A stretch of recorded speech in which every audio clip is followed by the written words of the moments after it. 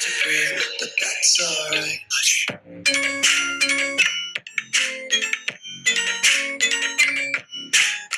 Welcome back to the next video of Fast and Smart Classes. I am Priyanka Kumari and today we are going to discuss ARC method of price elasticity of demand.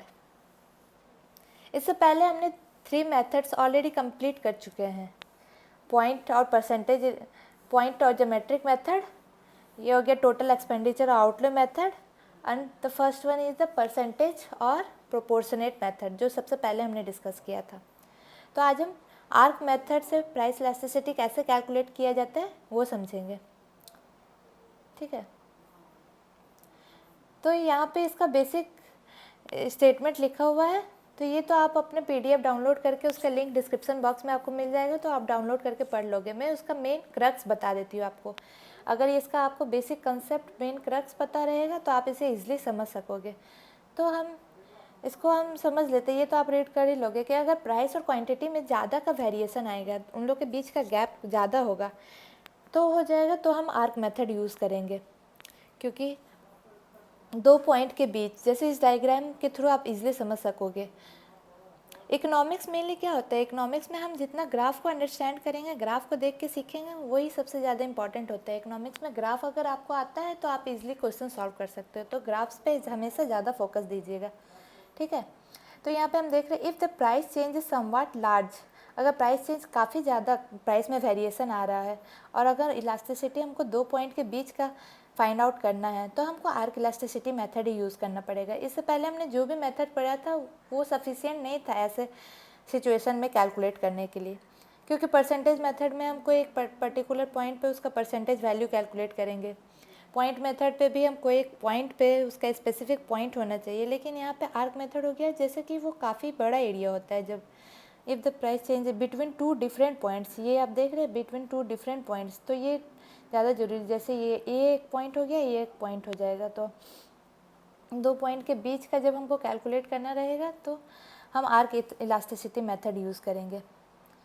तो इसमें main क्या था, इसमें percentage method का कुछ drawbacks था, इसलिए इसको हमको दोबारा से कैलकुलेट करने के लिए, उसको सुधारने के लिए हमको आर्क मेथड लाना पड़ा, क्योंकि वो सब सिचुएशन में पॉसिबल नहीं था कैलकुलेट करना। तो आर्क मेथड में हम इसीलिए आर्क मेथड में आए। तो इसमें हम क्या देखते हैं कि जब on any 2 points of a demand कब the elasticity coefficient likely to be different हो गया, जब भी 2 पॉइंट पे रहेगा, जैसे इससे पहले वाले डायग्राम में हमने देखा था, ये 2 पॉइंट, ये एक पॉइंट हो जाएगा, ये एक पॉइंट हो जाएगा, जैसे पी एफ जी पॉइंट कुछ भी हो गया, तो ये एफ पॉइंट और ये जी पॉइंट। तो अगर हम इसका परसेंटेज मेथड से एफ से जी पे जाएंगे तो अलग वैल्यू आएगा, लेकिन जी से एफ पे जाएंगे तो उसका अलग परसेंटेज में वैल्यू आएगा, दोनों सेम नहीं होगा।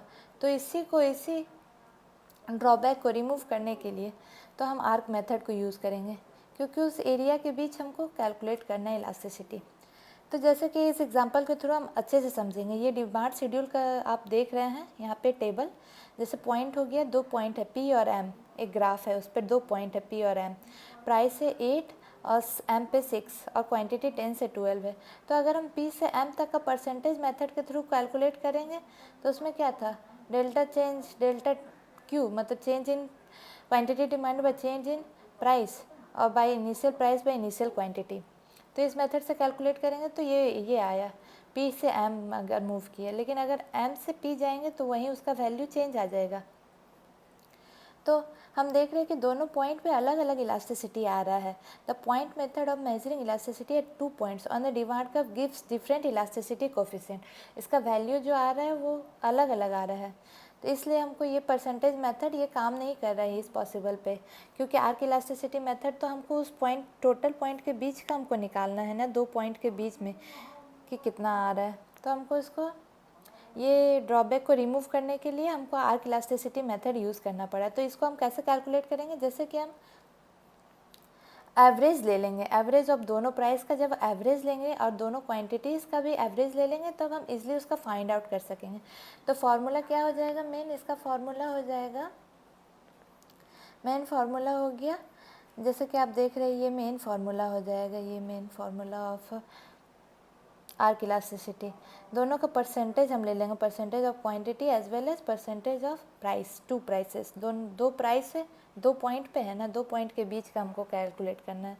तो 2 प्राइस है तो दोनों का परसेंटेज, यहाँ पे हम दोनों का एवरेज ले लिए, 2 क्वांटिटी है दोनों का एवरेज ले लिए, तो percentage delta change in quantity by delta change in price by, और फिर तो इसका अल्टीमेट फार्मूला ये आ जाएगा, delta change in quantity by delta change in P into P1 plus P2, मतलब दोनों प्राइस, 2 पॉइंट पे जो प्राइस है और दोनों पॉइंट पे जो क्वांटिटी है, तो ये वैल्यू आ जाएगा।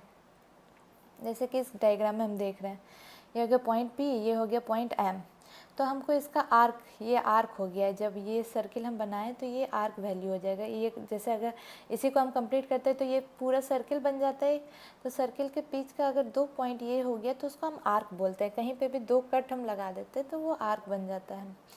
तो ये आर्क हो गया, तो इसमें हम देख रहे हैं कि इस पॉइंट पे जब हम इसका निकालेंगे, ये mid point, C mid point लेके करेंगे, तो we can measure arc elasticity of demand when there is movement either from P to M, P से M तक या तो मूव करेंगे या तो फिर M टू P करेंगे, तो दोनों में सेम ही वैल्यू आएगा।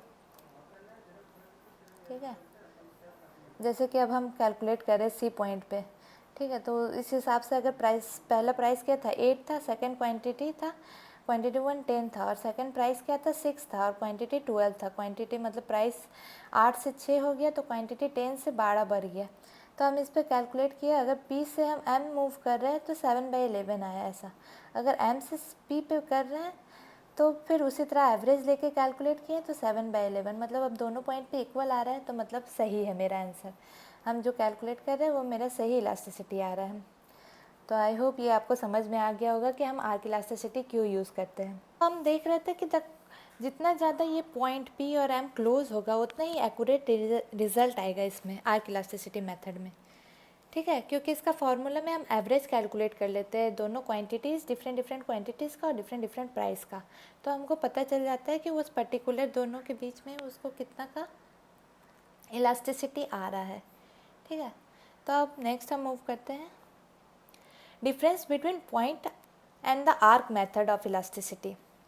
पॉइंट मेथड में हम स्पेसिफिक पॉइंट पे कैलकुलेट करते हैं, मतलब एक पर्टिकुलर पॉइंट पे, इससे पहले हमने जैसे पढ़ा था, उसका फार्मूला होता है lower segment bye upper segment, और यहाँ पे एक अलग से फार्मूला ही ये भी है, delta Q by delta X into X by Q। यहाँ X मतलब प्राइस हो गया, ये changes are likely to be very small, यहाँ पे चेंजेस बहुत स्मॉल रहता है, काफ़ी छोटा चेंज रहता है, लेकिन जहाँ पे जंप प्राइस और क्वांटिटी में ज़्यादा का वेरिएशन हो जाता है उस जगह पे हमको आर्क इलास्टिसिटी यूज़ करना पड़ता है, क्योंकि जब ज़्यादा का वेरिएशन होगा तो हम पर्टिकुलर, हम कहीं से अगर नीचे से प्राइस लेके ऊपर जाएंगे तो अलग आ जाएगा मेरा इलास्टिसिटी, और ऊपर से प्राइस लेके अगर नीचे कैलकुलेट करेंगे तो उसका भी डिफरेंट आएगा।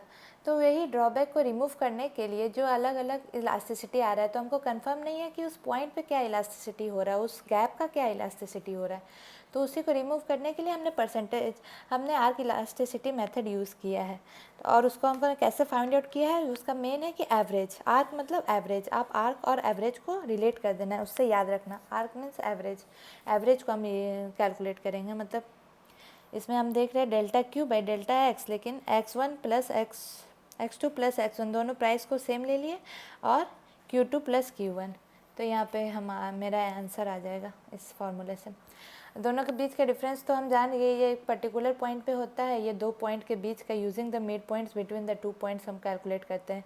Give same elasticity whether price rise बढ़ता है या घटता है, दोनों में सेम प्लस इलास्टिसिटी हो जाता है, लेकिन इसमें पॉइंट इलास्टिसिटी में दोनों अलग अलग आ जाएगा, अगर प्राइस बढ़ रहा है तो अलग इलास्टिसिटी आएगा, प्राइस घट रहा है तो अलग इलास्टिसिटी आएगा। For larger changes, the difference will be greater because base number used is more important. For more, ये useful for larger changes, ये ज़्यादा useful है larger change के साथ, और ये छोटा जहाँ पे गैप कम हो वो वहाँ पे ये पॉइंट मेथड हो गया एक पर्टिकुलर पॉइंट पे, और ये हो जाएगा जहाँ पे गैप या वेरिएशन आए तो वहाँ पे हम आर्क इलास्टिसिटी मेथड करेंगे। आई होप आपको ये वीडियो अच्छा लगा हो और ये आपके लिए यूज़फुल रहा हो। अगर आपको ये अच्छा लगा हो तो please like and subscribe to our channel. Don't forget to press the bell icon to get time to time notifications. Thank you all. Bye bye. Take care.